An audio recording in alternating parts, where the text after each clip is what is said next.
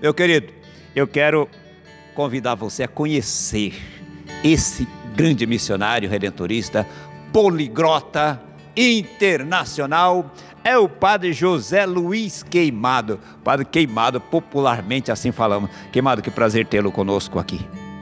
Irmão Viveiros, muito obrigado pelo convite. Fortes na Fé é um programa que atinge a muita gente e nós queremos fazer esse convite também para as outras pessoas, né? Fortalecer a nossa fé para sermos igreja de fé, de esperança, de caridade e zelosa nessa caminhada cristã. Muito obrigado pelo convite. Amém. Queimado, você é natural de que cidade, hein? Sou da cidade de Itaporanga, no sudoeste paulista. Paulista.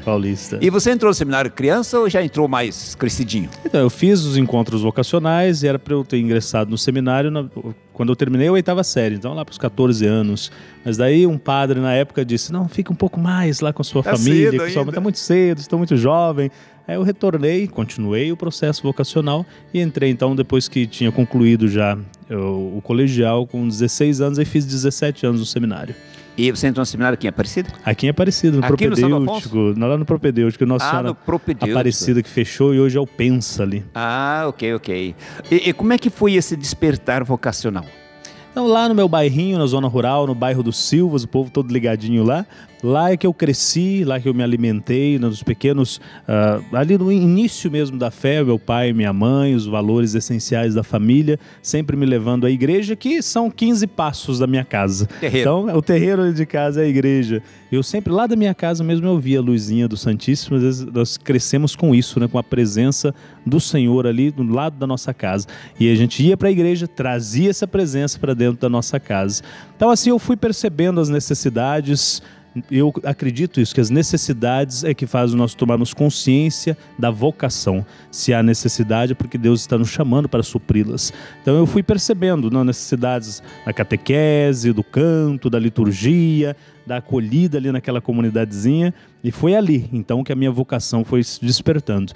Ali nós temos os monges cistercienses, nós estamos à sombra de um grandioso mosteiro. Você conhece lá? Conheço. Grandioso mosteiro, a abadia da Nossa Senhora da Santa Cruz, e ali maravilhosos monges que dão exemplos de fé, dão exemplos de virtudes. Eu fui aprendendo a olhar para aqueles monges sacerdotes, porque tem aqueles que são externos também, né? Sim. Eu pensava, quero ser igual a eles, se eu quero evangelizar, eles são respeitados pela comunidade, então eu ficava pensando, se eu tivesse o poder que eles têm, eu iria colocar a serviço. Então sempre pensei isso, eu queria ajudar as pessoas vêm todas para buscar conselhos, vêm para buscar algumas guias, né, dos monges. Eu queria ser desse tipo também, que as pessoas viessem até mim e eu pudesse dar um pouco de alívio, pudesse dar conselhos, pudesse dar alegria para aqueles corações. Assim surgiu a minha vocação.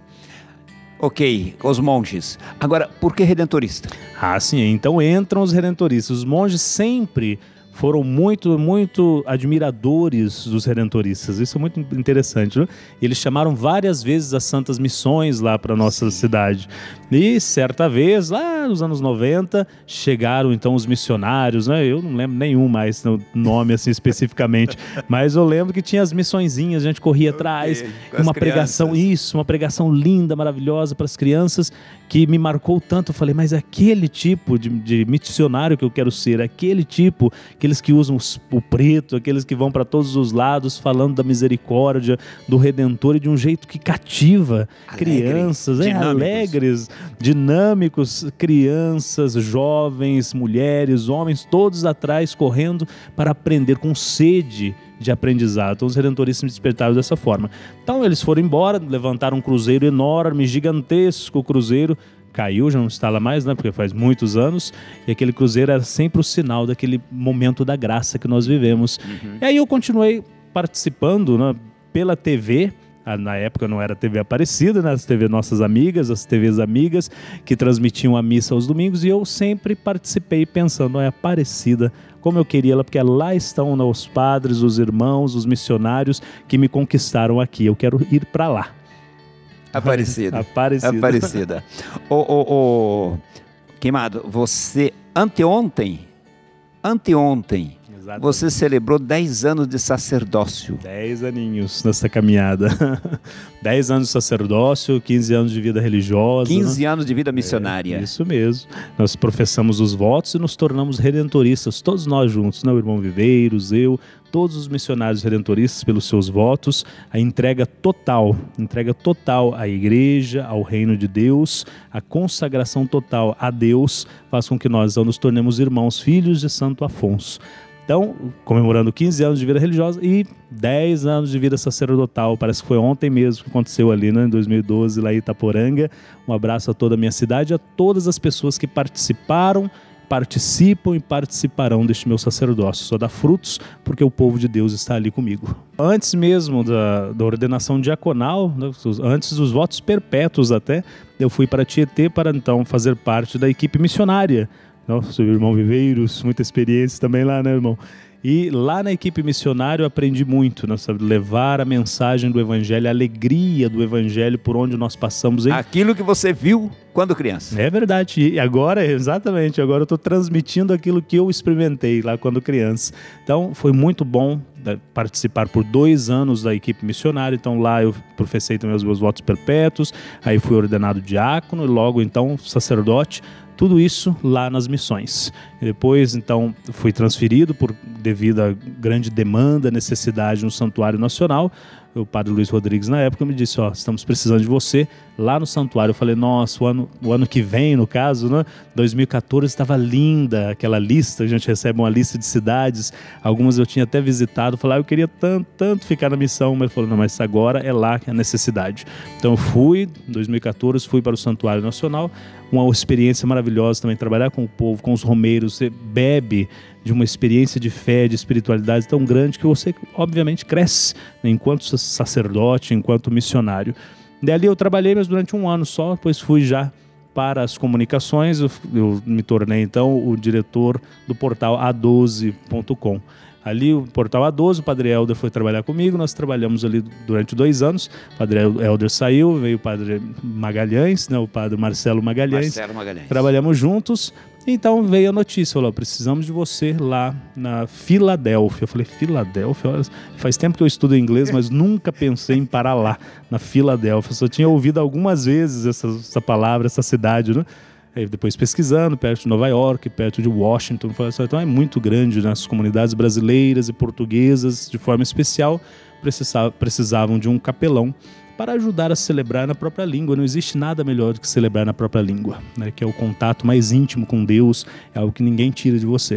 Você pode falar 20 línguas, mas a sua, né, a língua materna, exato, é aquela com que você se comunica com Deus. Então eu fui, foi uma experiência maravilhosa, 2016 eu fui, fiz esse trabalho com a comunidade, que muitos estão nos acompanhando neste momento, estão lá de olho em você, pelo portal A12.com. Sempre ligadinhos, um abraço para essa comunidade que me ajudou a crescer muito enquanto pessoa, enquanto sacerdote, umas pessoas de fé, de generosidade, que me fizeram exatamente enriquecer a minha vocação. A reza do terço, a confiança. Existem muitos que não podem voltar para o Brasil porque estão ali indocumentados ainda, né? Então vivem ali de uma forma difícil naquele país. Mas, ou seja, são 15, 20 anos sem ver a família, então tem esse sofrimento, tem essas renúncias, então as pessoas são carentes, as pessoas precisam de uma igreja mãe, uma igreja que abraça, uma igreja que acolhe. Aí então terminou, né, este meu contrato, voltei para o Brasil. Este ano passado voltei para o Brasil, 2021, e aí comecei agora esta nova missão aí como diretor editorial adjunto ali da Editora Santuário. É um trabalho muito gostoso também, porque nós queremos evangelizar de todas as formas, e a forma escrita também é muito, muito essencial para a nossa igreja. Desde o início da igreja até hoje, a forma escrita é uma forma maravilhosa de se evangelizar. Ok, Mado, você tem um privilégio que poucos têm, eu acho, de falar várias línguas, de se comunicar em várias línguas. Falo o português, o itaporanguês, lá de Itaporanga, tudo bem. A gente eu me virava bem, gosto sim, de estudar as línguas, que eu acho que realmente é a janela, né, da alma. A janela da alma, para você atingir a vida de uma comunidade, você entrar ali e fazer parte dela, você precisa entender exatamente, né, a cultura, a língua, isso é essencial. E os nossos vietnamitas são muito fortes lá também nos Estados Unidos. Os confrades maravilhosos me levavam para as casas vietnamitas. Eu ia para festas, casas. tentava, porque é um idioma difícil. Entraram algumas palavrinhas, mas eu me comunicava mais pelo sorriso, pela alegria. Sim. Ok. O que você diria, algum fato, alguma história que te marcou nessa missão internacional? Qual o diferencial entre missionário redentorista no Brasil, missionário redentorista nos Estados Unidos? Quando a gente vai trabalhar com outras línguas, né, outras culturas, a gente acha um pouco muito distante, né, da nossa realidade. Às vezes eu pensava, né, às vezes no meio da madrugada a gente acordava para celebrar a missa de manhãzinha, porque às vezes é 6 da manhã, eu pensava, o que eu vou fazer lá, né, com várias pessoas idosas, numa capelinha, falar inglês, falar o que eu estou fazendo aqui. A gente morava na periferia, os redentoristas moram na periferia lá na Filadélfia, né? Um lugar muito perigoso. A gente pensa, Estados Unidos, primeiro mundo, cidades grandes, muitas cidades grandes têm coisas horríveis acontecendo lá também, como em qualquer cidade grande do mundo. Então eu pensava andando naquelas vielas, falando, o que eu estou fazendo aqui, gente, longe do meu país, longe da minha terra. Mas essa é a missão, né? Nem é muito pitoresco, mas é essa dor, a saudade, os questionamentos, as crises. Fala, por que aqui? Mas a comunidade brasileira, a comunidade hispana, portuguesa, me ajudavam assim, a levantar. E depois, né, que a gente ia para celebrar com os americanos, a gente via, né, são pessoas que a vida inteira doaram a sua própria história para a igreja, né, para o reino de Deus. Então eu acho que eles merecem isso, né? Então eu diria isso, às vezes a saudade, a dor, as crises invadem o coração dos missionários. E isso é normal, né? Porque nós precisamos também vencer todas as tentações, as dificuldades da vida. Sim, claro. Certamente muitos jovens acompanhando, pais, mães, né? Eu gostaria que você desse uma mensagem para a juventude. Meus queridos jovens, você viu a mensagem bem sincera. Os fatos mais pitorescos da minha vida são quando eu ia para entrar no seminário. Muito difícil, né? Porque a minha distância era grande, pegar ônibus, me perder, não sabia onde ir, as dúvidas, as incertezas, se iam me aceitar ou não no seminário. Mas isso quer dizer, né, discernimento, isso quer dizer acompanhamento vocacional. Tudo tem o seu momento, tudo tem o seu tempo. Mas se você se sente chamado, abra-se, porque Deus vai mostrar todos os caminhos, Deus vai dar todas as ferramentas para que você construa o seu caminho. Você é muito bem-vindo aqui, muito, porque nós precisamos de você. Como eu disse, onde há as necessidades, há ali vocação, porque precisamos suprir as necessidades. Então venham também para fazer parte desta família, filhos de Santo Afonso, aqui no Brasil, nos Estados Unidos e mais de 80 países. Somos a mesma congregação levando a alegria do Evangelho, a alegria do Redentor. Espero você. Muito obrigado pela sua presença e o seu testemunho missionário. Eu que agradeço mais uma vez pelo convite e reze por nós aí. Povo de Deus, obrigado pela sua companhia, pela sua sintonia, pela sua amizade. Continue rezando por nós, pela nossa perseverança, para que a gente continue cada vez mais encantado pela causa de Jesus, pela missão começada por Afonso, Clemente, Geraldo, Neumann e tantos outros. Grande abraço para você, fique com Deus, fique na paz.